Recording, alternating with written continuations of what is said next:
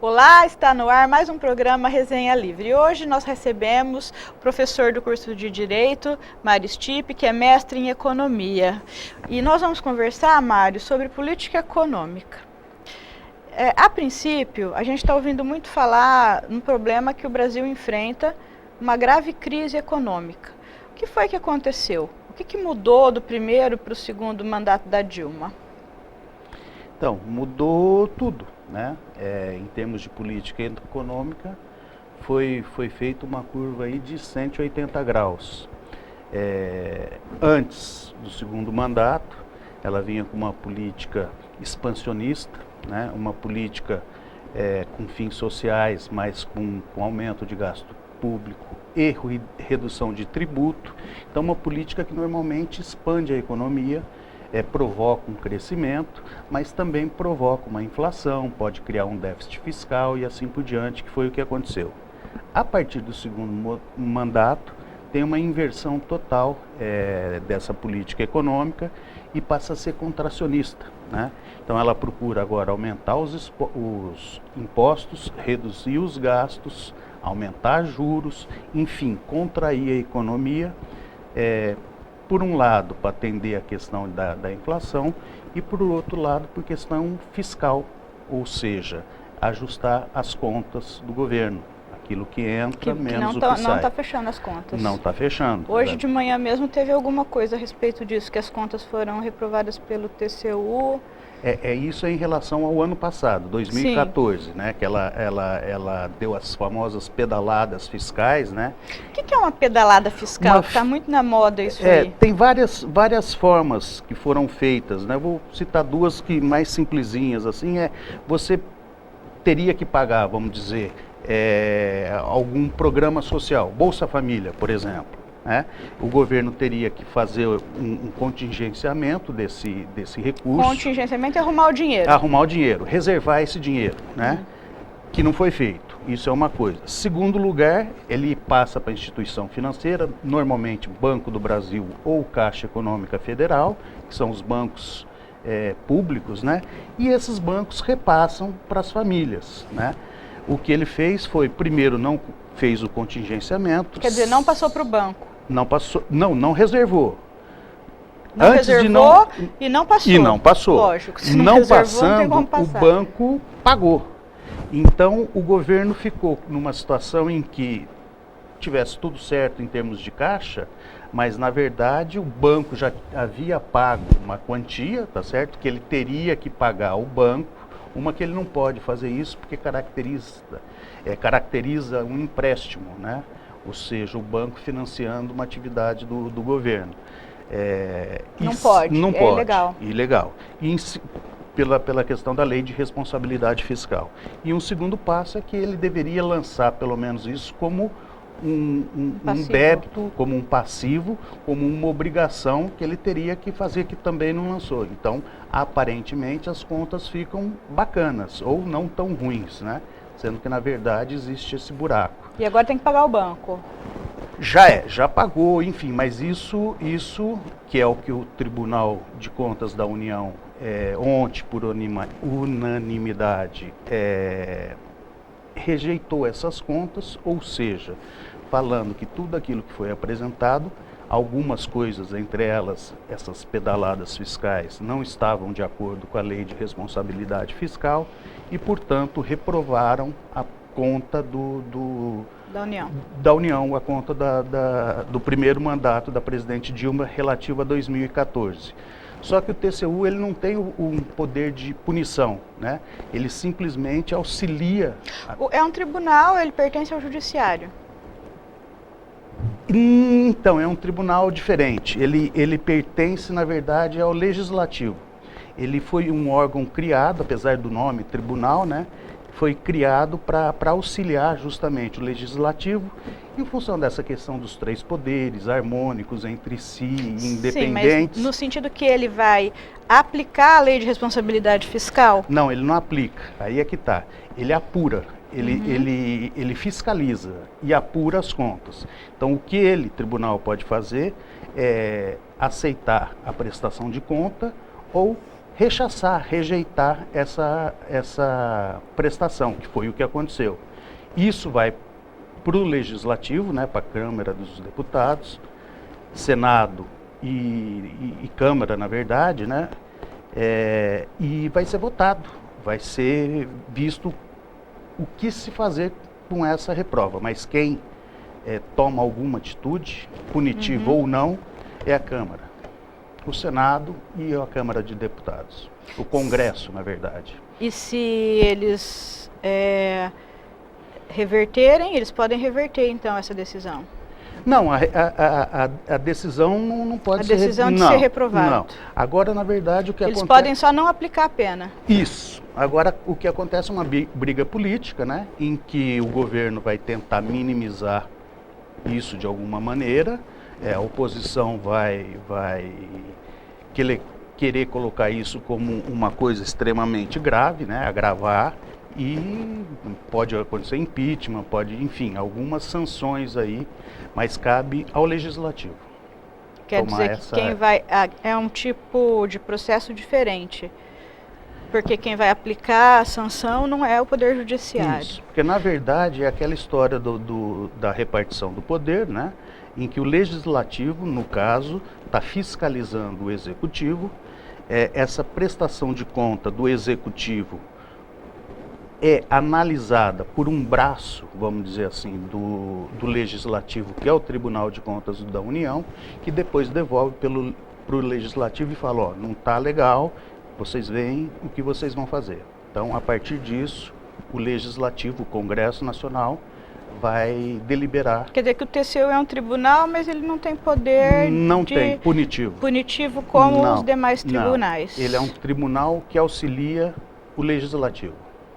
Entendi. Então ainda nós não sabemos qual é o desfecho. O fato que foi noticiado hoje não significa ainda nada. O que você acha que vai acontecer? Significa bastante, né? Significa que é a segunda vez, a primeira foi em 37, época do Getúlio, que foi reprovado, que teve né? uma conta rejeitada. E acabou dando em um grande golpe, na né? verdade. Na verdade, é um golpe de Estado que depois ele ficou até 45. Isso foi em 37. Mas você acha que nós estamos correndo algum risco semelhante? Não, eu acredito que não, porque as instituições hoje, elas estão bem ou mal, mas elas estão funcionando, né? Mais rápido ou menos rápido. Enfim, está uma coisa bastante... que está fluindo, né? Às vezes com uma velocidade maior, às vezes amarrado, mas as instituições estão sendo respeitadas e estão fazendo os seus papéis. Então eu acredito que não, mas também é um achismo, né? A gente não sabe essas coisas, a gente sabe como começa, não sabe como termina. Porque, consequentemente, o que se espera é o pedido de impeachment, né? E isso vai servir de base para a oposição pedir o impeachment. E o Poder Judiciário nessa história, onde que ele entra? O Poder Judiciário tem uma outra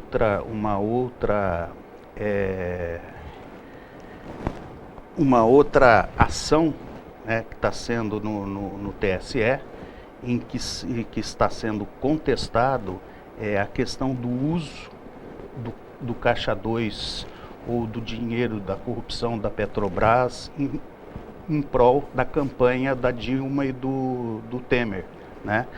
Da chapa. Que é outra notícia recente também. Que é outra notícia recente também. Aí a Justiça, né, através do Supremo Tribunal Eleitoral, vai julgar. Ainda não tentaram barrar, né, falando que não sei o quê, mas foi dado, se eu não estou enganado, é o Fux, que é o relator, né, discordou, enfim, vai ser apurado e também pode levar, se for constatado irregularidades, etc. e tal, a algum tipo de punição, alguma sanção aí, inclusive também o impeachment, que é o que a oposição provavelmente vai pedir.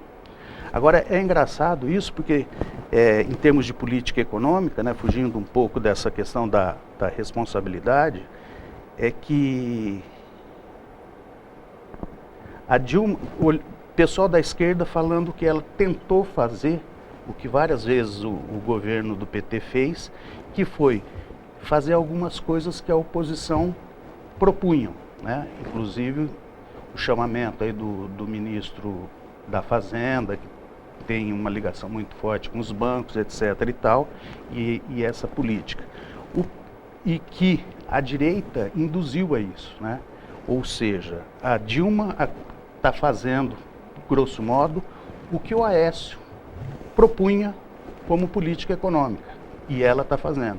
Então tem duas leituras aí, uma que ela tentou se antecipar numa manobra política e não deu muito certo, e a outra, por parte que a direita foi espertinha e colocou isso no colo da Dilma, vamos dizer, para ela poder fazer isso aí.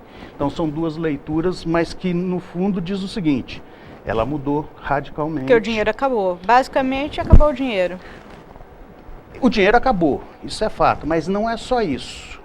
São mais coisas que estão envolvidas. Porque assim, aí. Mesmo os projetos, muitos projetos foram cortados, Mas, né? por exemplo, quando o governo aumenta a taxa de juros, né, e o governo aumenta a taxa de juros, porque aí ele é como se ele tirasse dinheiro de circulação, né? Um dos mecanismos de enxugar a liquidez do sistema é você aumentar a taxa de juros.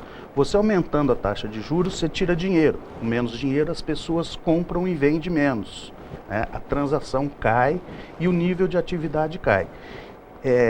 Ela aumentou, está aumentando aí a taxa de juros desde que assumiu a partir desse ano, consideravelmente. Esse aumento da taxa de juros, o maior devedor que existe aqui no Brasil é o próprio governo. O governo pega dinheiro emprestado de todos nós, né, e para se financiar. Então, esse aumento da taxa de juros aumentou o que o governo tem que pagar de juros.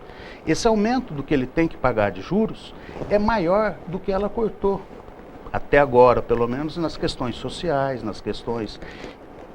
Dizendo de outra maneira, ela cortou o dinheiro de programas sociais, diminuiu os gastos, mas em contrapartida os juros subiram e ela aumentou o gasto com juros. Quer dizer, não é só a falta de dinheiro. Então, falando de um jeito bem simplesinho, que nem eu, por exemplo, gasto, vamos dizer, eu ganho 1.000, gasto 1.200. Eu tenho que pegar 200 com alguém para poder cobrir essa conta. Pego esses 200 emprestados, depois outro mês mais 200 e assim por diante. Aí eu falo, bom, eu não vou conseguir viver assim, eu tenho que diminuir meu gasto. Ok, eu corto isso, corto aquilo outro. Em vez de gastar os 1.200, eu passo a gastar 800. Ganho 1.000, gasto 800, está me sobrando 200, né? Ok. Mas o meu juro que eu estou pagando desse dinheiro que eu peguei está em 600, 700. Não vai enfim, fechar. Não vai fechar do mesmo jeito. Então, uma das críticas é essa, né? É que o pessoal que vive de renda, que aplica o dinheiro a juros, está garantido, ganha-se muito, porque quando se aplica o dinheiro é ótimo que a taxa de juros esteja alta. Para poupança, isso é uma boa? A poupança é uma coisa complicada. Primeiro que lá atrás ela já mexeu, né? Ela diminuiu a rentabilidade da poupança. E hoje a poupança deixou de ser um investimento interessante por conta disso. Então você tem aí, por exemplo, compra de títulos públicos que o governo faz, que é o Tesouro Direto. A gente pode aplicar com R$50, R$100, todos nós podemos aplicar, ou seja, emprestar dinheiro para o governo, que rende muito mais do que isso. CDB, RDB, enfim, rende mais do que isso. Qual LCA. seria, então, um investimento, nesse momento de crise, um investimento que fosse seguro e bem rentável? Depende do valor da aplicação, né? Não, depende, mas, por exemplo, o Tesouro Direto, né, que a única dificuldade de operar é que você tem que se cadastrar numa corretora de valores, mas qualquer banco tem uma corretora ligada a ela, mas você faz isso pela internet, enfim, é super simplesinho. Você se cadastra e você compra títulos do governo. você está emprestando dinheiro para o governo, com R$50, R$100, R$1.000, R$10.000, enfim, né? Títulos que estão ligados à Selic, que é a taxa de juros, ou a taxa de inflação, né? IGP, IGPM, IPCA, são títulos que rendem legal. E são seguros? São seguros, é garantido pelo governo. Quer dizer, melhor que a poupança? A poupança também é garantida pelo governo. Não, mas assim, em termos de rentabilidade. A poupança é boa pela facilidade. Você vai, deposita, você precisou do dinheiro, você saca, você não vai ganhar o juro. E nesse modelo você tem que deixar o dinheiro lá por um tempo. Tem que deixar por um tempo, tá mas tem como você também está negociando. A única coisa é que quando você negocia no meio do caminho, você perde um pouco dessa rentabilidade e às vezes acaba não sendo um negócio interessante. Mas precisar do dinheiro dá para tirar? Dá para tirar. Só que aí você não vai ter aquela mesma... Não vai ter o mesmo rendimento. Aí não vai ter o mesmo rendimento. Entendi. Nós vamos dar uma pausa para o intervalo, daqui a pouco a gente volta. Nós vamos dar uma pequena pausa para o intervalo e daqui a pouco a gente volta. Não saia daí.